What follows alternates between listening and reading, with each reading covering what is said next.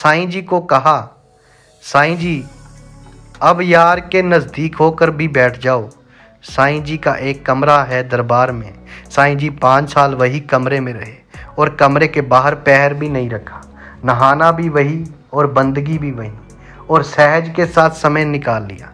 फ़कीरों की रमज़ अलग ही होती है, जिसमें अपने मुर्शद के बिना किसी और चीज़ की ख्वाहिश नहीं होती। एक बार 1984 की बात है। पंजाब में माहौल बहुत ख़राब था और मंडाली मेला भी था। साईं जी अपने ड्राइवर के साथ नकोदर से मंडाली की तरफ निकल पड़े। उस समय नूर महल वाली सड़क टूटी थी और बन रही थी, जिस पर बहुत सारे मजदूर काम कर रहे थे। ड्राइवर ने साईं जी को कहा, साईं जी हमारे साथ कोई आदमी भी नहीं है और गाड़ी में बहुत पैसा भी पड़ा है, हमें वापस चलना चाहिए, कोई चोर हमें लूट ना ले। साईं जी बोले, अगर ऐसी बात है तो ठीक है, डिग्गी खोलो। फिर साईं जी ने बैग खोला और जितने भी मजदूर काम कर रहे थे, कोई रोटी पका रहा था, कोई अपने बच्चों के साथ खेल रहा था, सभी को नोट बांटते ही गए। जब पैसे खत्म हो गए, फिर ड्राइवर से हंसकर पूछा, अब कोई चोर तो नहीं लूटेगा? और बोले, चल अब अगर जाना है तो जाना ही है। सो फकीर अपनी मौज के मालिक होते। जब साईं जी वृद्ध अवस्था में थे, तब एक दिन साईं जी ने गुरदास जी को कहा, गुरदास यार, आजकल लोग कहते हैं फकीरों में अब वो करंट नहीं रहा। कहते हैं हमें बिजली का खंभा ही मान बैठे हैं। करंट तो उनकी नज़रों का है, चाहे वे सामने हो या ना हो। शरीर कमज़ोर चाहे हो जाए, पर देना फकीर ने एक नज़र से ही होता है। किसी के कान में हीरा, किसी के हाथ में हीरा। हमें हीरो से मतलब क्या, हमारा तो यार है हीरा, हमारा तो साईं है हीरा। तब साईं जी काफ़ी वृद्ध हो गए थे। तब मेले में 1 या 2 बार ही दर्शन देने आते थे। एक बार साईं जी काफ़ी झुक के सीढ़ियाँ चढ़ रहे थे कि सेवादार ने हाथ जोड़कर साईं जी से कहा, साईं जी थोड़ा सीधा होकर चलो। साईं जी कहते, बेटा हमने जो भी पाया है झुक कर ही पाया है। उन्होंने एक ही बात में सब कह दिया। साईं जी हर मोड़ पर कोई ना कोई शिक्षा दे देते थे। इस फकीर की आजमाइश के लिए बहुत लोग आए और सब नतमस्तक होकर गए। एक बार एक आदमी ने साईं जी से सवाल किया कि बाबा जी प्यार क्या है? साईं, प्यार का क्या मतलब है? साईं जी बोले, जहाँ मतलब आ जाए वहाँ प्यार नहीं होता। साईं जी हमेशा कहते थे कि रब भी उनका मददगार होता है जो अपने आप पर भरोसा रखते हैं और सच्ची नीयत से मेहनत करते हैं। बहुत बार लोग साईं जी को कहते हैं कि साईं जी हम पर कृपा करना, तब साईं जी उनको कहते कि आप कोशिश करो, हम कशिश करेंगे। एक बार एक भोला इंसान दरबार आ गया। साईं जी बाहर आग सेक रहे थे। सर्दियों के दिन थे। उसने साईं जी से पूछा, बाबा जी को मिलना है। साईं जी ने बाबा मुराद शाह जी के दरबार की तरफ इशारा कर दिया। वे इंसान अंदर चला गया और माथा टेक कर बाहर आ गया। फिर साईं जी से पूछा, बाबा जी तो मिले नहीं, यहाँ बाबा जी कौन है? साईं जी ने फिर बाबा मुराद शाह जी के दरबार की तरफ इशारा कर दिया। वे फिर माथा टेक कर बाहर आ गया। उसने देखा एक इंसान साईं जी के लिए मिठाई लेकर आया और साईं जी के चरण छू रहा था। फिर उसे पता चला कि यही बाबा जी हैं। वे भी पास जाकर बैठ गया। दूसरे इंसान ने बाबा जी को मिठाई खिलाई और बोला, बाबा जी मेरा वीज़ा लग गया है, ये देखिए मेरा पासपोर्ट। और बोला, मैं बहुत सालों से इसका इंतज़ार कर रहा था। साईं जी बोले, तुम बाहर जाकर क्या करोगे? तुम्हारा सब कुछ यहाँ पर ही है। उस इंसान ने उसी वक्त पासपोर्ट फाड़ दिया। अग्नि साक्षात थी और उसी आग में समर्पित कर दिया। साईं जी ने उसका विश्वास देखा और आशीर्वाद दिया, और आज वे इंसान बाहर जाने वाले लोगों से बहुत ज़्यादा कामयाब है और खुशहाल है। गुरु की नज़र भी वहीं होती है जहाँ गुरु के हुक्म की पालना हो। कई बार लोग सोचते हैं कि भगवान हमें नहीं देता, पर हम भूल जाते हैं कि कमी हमारे लेने में है, उनके देने में नहीं। इसीलिए गुरदास जी ने एक गाना गाया था, तेनू मंगना ना आवे ते फकीर की करे। अक्सर देखा गया है कि जिस इंसान को किसी चीज़ की ज़रूरत होती, साईं जी उसको अपने आप ही वे दे देते। किसी को भूख लगती तो साईं जी उसको खाना दे देते। जिसे पैसे की ज़रूरत होती, उनकी झोली में वे खुद ही कुछ ना कुछ डाल देते। और अगर कोई उदास होता तो उसे कोई ऐसी बात सुनाते कि वे अपना दुख भूल जाता। आज के ज़माने में अपना दुख भूल जाए और क्या चाहिए कोई। वही तो सिर्फ भूलते नहीं, बाकी हम रब को ज़रूर भूल जाते हैं। पर जो लोग हर सांस के साथ अपने गुरु पीर को याद रखते हैं और उनके रास्ते पर झुककर चलते हैं, तो देखा गया है कि उनकी झोलियां छोटी पड़ जाती हैं, पर साईं की रहमत नहीं रुकती।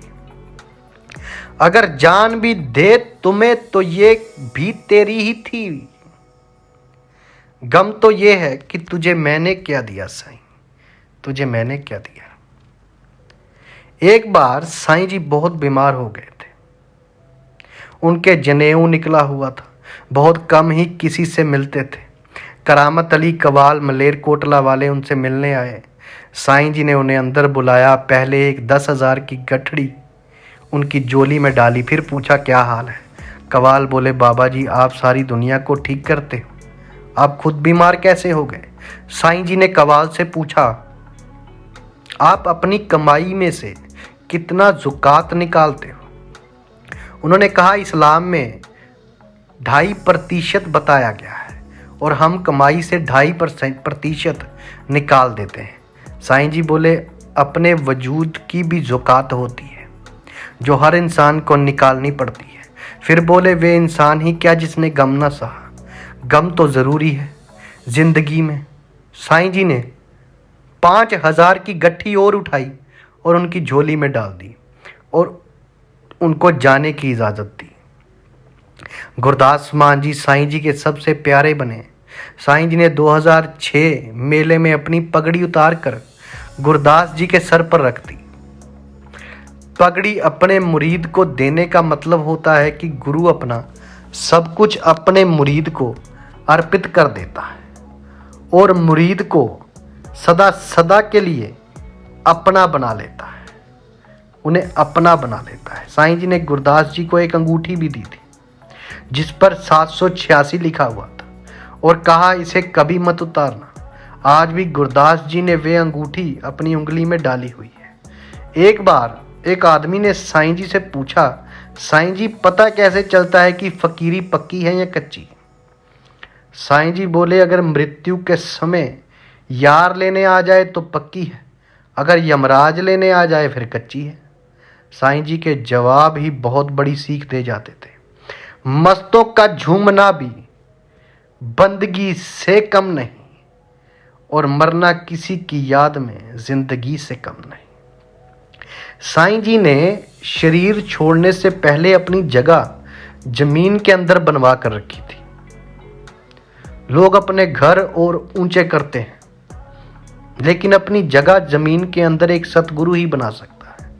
उनको पता था कि जाना है। साईं जी कहते होते थे, जब भी देखता हूँ ये रोजा यही बात याद आती है, चलो चल जाना है सबने, चलो चल याद आती है। दुनियावी मोह माया को छोड़कर अपने यार अपने गुरु को मिलने का इंतज़ार। एक दिन साईं जी शरदा जी को कहते, शरदया फ़कीर चाहे तो 300 साल तक जिंदा रह सकता है और अगर मन उठ जाए तो 3 दिन भी ना काटे। फिर सेवादारों को बुलाया और कहा कि कल दरबार में रश बहुत होगा, गर्मी भी है, टेंट लगवा लेना और पानी का इंतज़ाम भी कर लेना।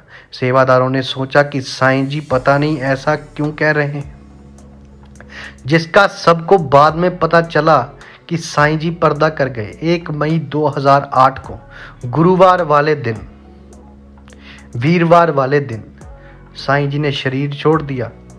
फिर सेवादारों को पता लगा कि साईं जी ने क्यों इंतज़ाम करने को कहा था, क्योंकि इतनी संगत आई कि पैर रखने की भी जगह नहीं थी।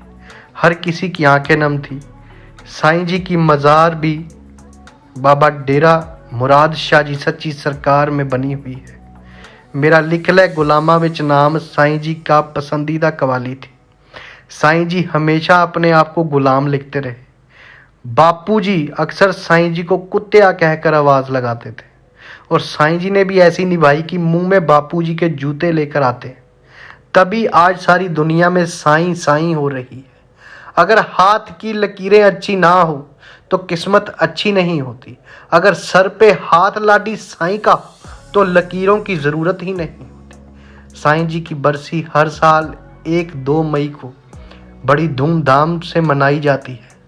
एक भारा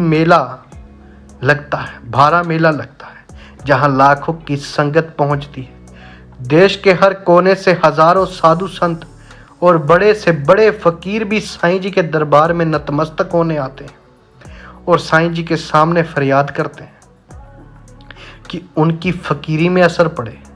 फकीरी आसान नहीं है, अपने आप को मिटाकर गुरु के कबूल होना पड़ता है, फिर जाकर रब से भी ऊपर के रुतबे मुरीद पाता है, जिसके लिए रब अल्फाज भी फिर छोटा पड़ जाता है। साईं जी पर्दा कर गए, परंतु साईं जी हमारे पास ही हैं, हमारे दिल में है साईं जी। साईं जी कहीं नहीं गए और अपने मुरीदों के साथ आज भी चमत्कार करते हैं। दुनिया में बहुत से लोग फरियाद लेकर आते हैं और आज भी झोलियां भरती हैं। बाबा मुराद शाह, साईं लाडी शाह के दर से कभी कोई खाली नहीं किया है। धन्यवाद दोस्तों, आपके भीतर बसे उस परमात्मा को मेरा प्रणाम। जय बाबा मुराद शाह वली, जय साईं लाडी शाह जी सच्ची सरकार।